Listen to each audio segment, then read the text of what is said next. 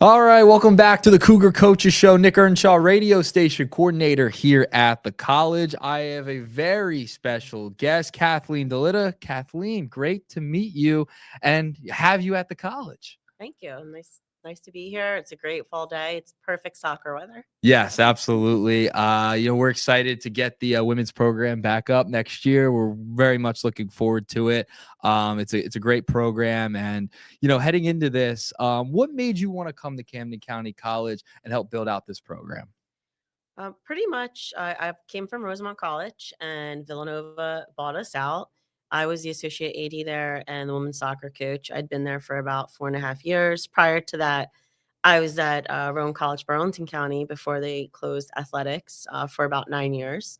And I just love soccer. I love sports in general. Soccer is my passion. I'm one of 6 kids, grew up playing sports. So I value that experience. And I think being able to play sports shaped me.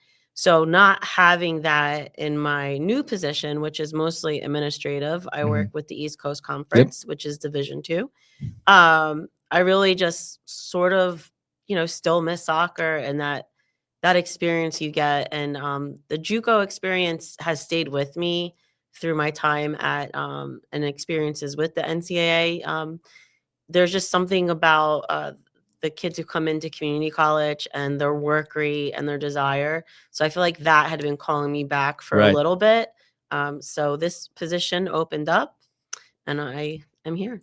We love to hear it. We're happy to have you here at the college. You mentioned your experience at RCBC. You've worked in junior colleges before. What makes JUCO different than any other level?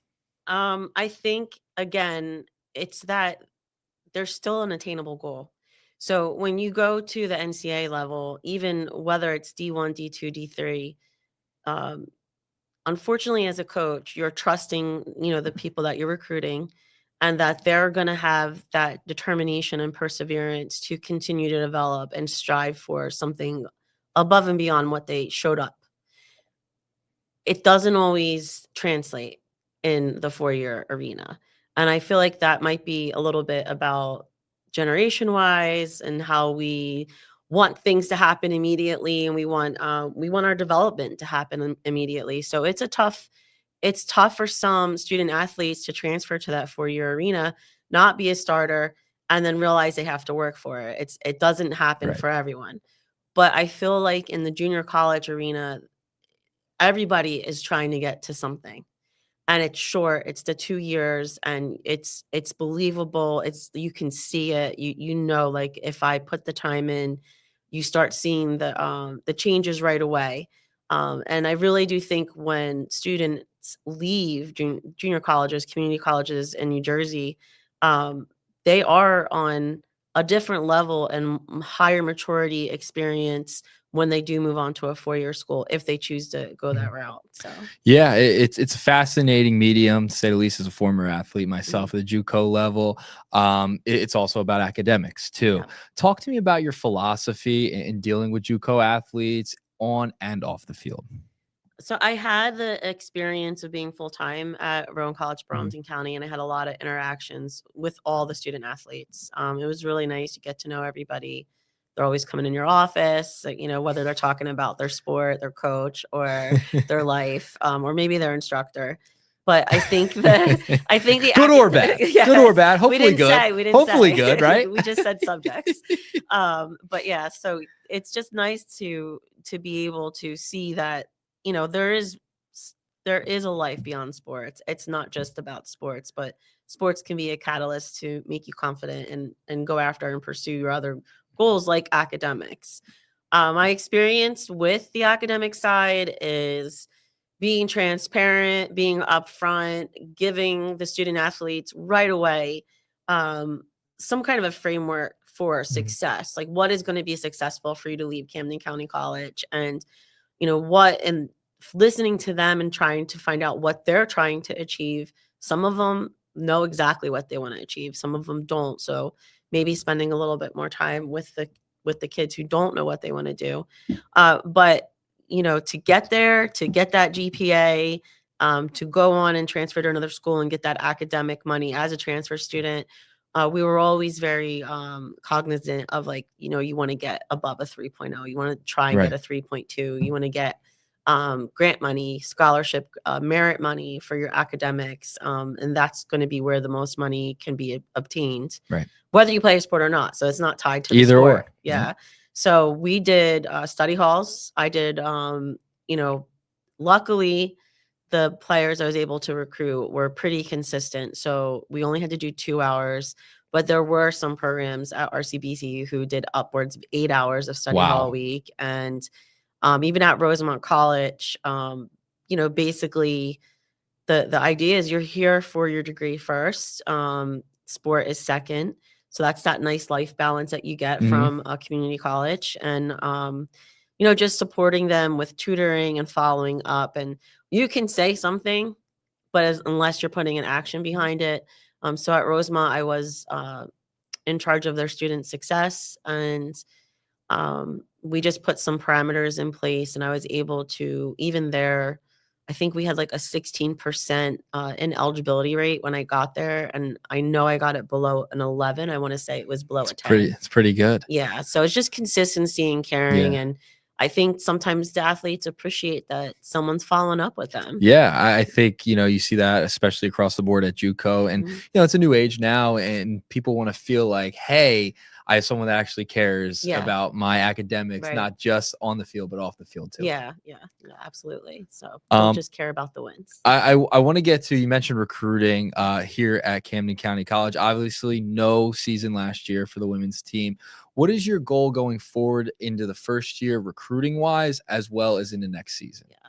So my goal for myself is 15 student athletes on a roster. I do think it's feasible.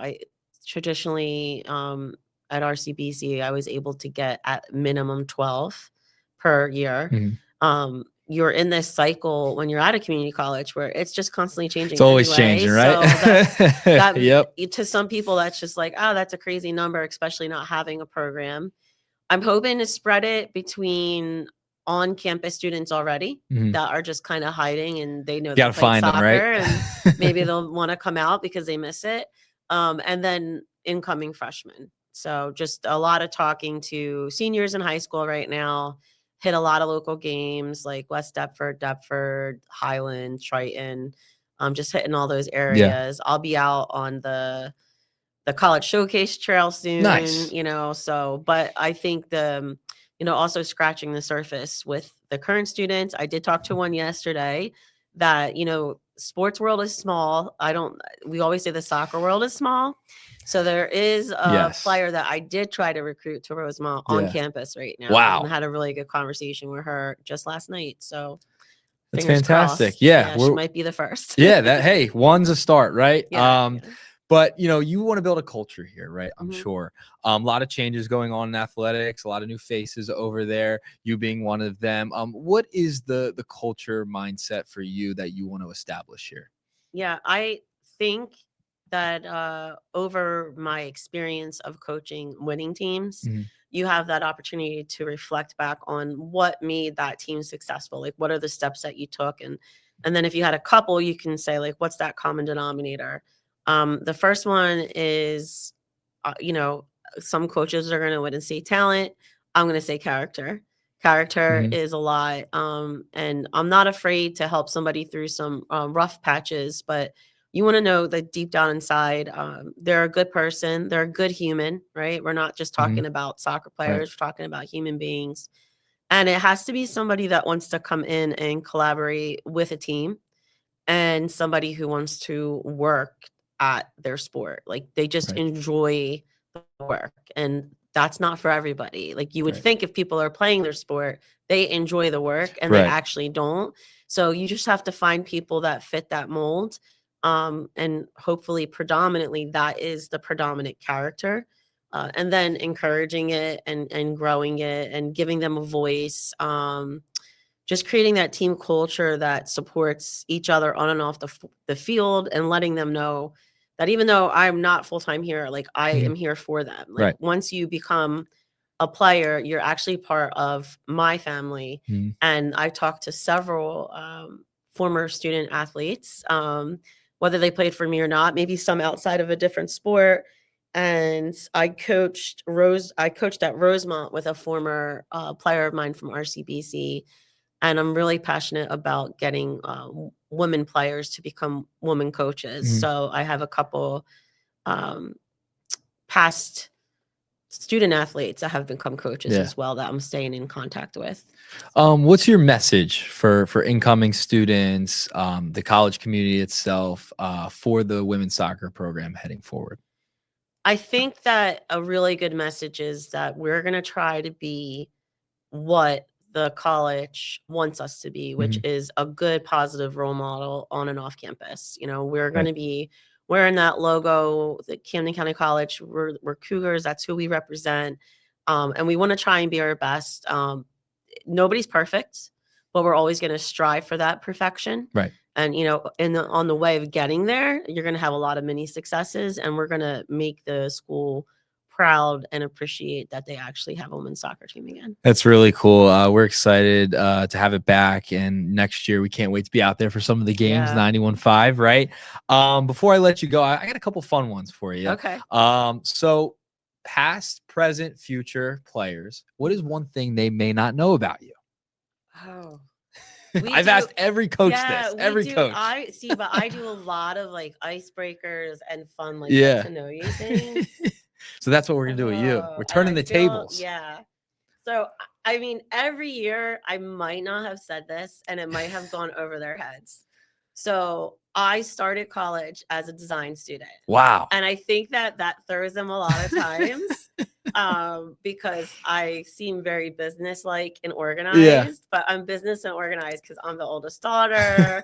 I have 3 boys. My husband And you're a was always, coach, I'm a like you're coach. yeah. But not every coach is organized. True. That's not true. a requirement. True. It Usually, should be. As an administrator sometimes. chasing after coaches to get their paperwork Yeah. in, well, that'll be another subject. Yeah, another subject for so another it's show. not a requirement to be organized, but yeah. So I do. I love art, so I do a Okay. lot of arts and crafts on the side, which That's they might awesome. get because I try to get them to do Yeah. some with me as a team. And then the other thing, and this is probably even more hilarious. So my first coaching position, non-paid, was a competitive cheerleading coach. How about that? So I was a competitive cheerleader from Volunteer? 5th to 8th grade, and I was a volunteer coach because Yeah. I was started when I was 14. So the high school I chose to go to, I was a private school, and their cheerleading team didn't compete. Yeah. And I even ran into a situation. I was gonna try to cheerlead, but the competitive cheerleading season, it spans from the end of football season to basketball and through basketball. They looked at me like I had 2 heads. Like, what are you talking about? Competitive cheerleading, and you can't do it because you're a soccer player. But I was a flyer, so I was dropped a lot. May have had more concussions from cheerleading than I did from soccer. But yeah, so I think they don't see that sometimes. Yeah. That doesn't present. Yep. Past, present, and future players now know. Yeah. I think it's a fun little tidbit because I also think it's like people just think that they just see one side of you. Yeah, they don't that know. just puts this other onion layer in Well, there. we have a running bit here on the coaches show. Coach Scanzano, the baseball coach. Yeah. He we learned he's a big musical guy. He loves musicals. Awesome. And all his players know now, which is fantastic. So I didn't even expect that out of him. So that was pretty funny. That might make for some fun van rides. Oh, absolutely. Absolutely. So good to know that about you. A couple more for you. Your favorite sports movie? Oh, you had to choose one. I literally love every sports movie, and this is going to date me. But I love Fields of Dreams. I just it's a great cry one. my eyes out when I see that. I know. I bawl every time. Yeah. I get a little emotional. That's a good one. It is. But I also like a more recent one is it's about I think they're either track or cross country runners. I know what one you're talking about, and I'm wore blanking green on the and yellow. name. Like I remember the colors of the uniforms. But yeah, it's just that movie, any kind of like underdog movie, like come from behind movie, that just like I'm all in. I'll I watch it love it. several times. Yeah, Field of Dreams. I'm in total Yeah. agreement. That's like in my top like 3 Yeah. of all time for sure. All right, last one. Is there any superstitions you have before, during, or after games? So early on in the career, I had a lot. Mhm. And then I decided that I'm a big analyzer. So I Mhm. decided and I convinced myself that like, and I'm always preaching to the girls, like Mhm. control the controllables. You can't believe any Right. superstitions. But so I have always, my birthday is September 5th, and I have twins that were born September 4th. Wow. Any game I've ever played on their birthday, Yeah. we have lost. So I will try not to schedule a games game on that their day. birthday because That's I so just believe funny. it's like bad luck. Yeah, Yeah. that's a So good that's one. really, that's all you got left after 15 years. There used to be things like the music we played, the way we warmed Yeah. up, you know, maybe people talking to me. But it's been narrowed down to like September 4th. you know, Out. and I kind of feel like it's like, Yeah. and they're older now, right? So they Right. don't care. Like Right. if I'm like, where are you going for your birthday? Yeah. They're just like, I don't know, but probably not with you. So it's like it doesn't matter. But You're I gonna take think an L no that's- matter yeah, what. that Yeah. still is like, don't schedule it on On that birthday. day. All right, it's good to know. And now you can speak. I guess you get to spend time with them more on their birthday, right? So it's not scheduled. Well, they're No, 20 maybe. now, so they literally are just like, what day do you want to have dinner? Dinner, with me? right. And I'll try to fit you in. That's So. fantastic, Coach. Any last words? You know, it's your first time on the Coaches Show. You're just getting acclimated here at the college. Anything else you would want to put out there for recruits or any general community members? I just want to say, like, you know, there are groups of women who want to Mhm. play a sport Yep. and work really hard and be competitive. And it is a statistical fact that if you play a collegiate sport, that you do better in leadership roles and Mhm. move higher up the corporate ladder than someone who did not play a sport Right. in college. There's so much that you learn, and most of it is self-exploration, self-realization, and just like how you can approach the world. And you know, if you enjoyed soccer from youth to high school, you need to give college soccer a try because it is different. Most people, I don't know anybody who's regretted it, and any student athlete that ever came and played for me at a community college has never regretted the choice of coming to community college first. It's fantastic. Coach, thanks again for taking a couple of minutes out of your day to sit with us. We're excited for the program going forward, and we're lucky to have you. Oh, thank you very much. I appreciate it. All right, Coach Kathleen, thank you so much. I am Nick Earnshaw, radio station coordinator here at Camden County College, 91.5 WDBK-FM, and that has been the Cougar Coaches Show. We'll see you next time.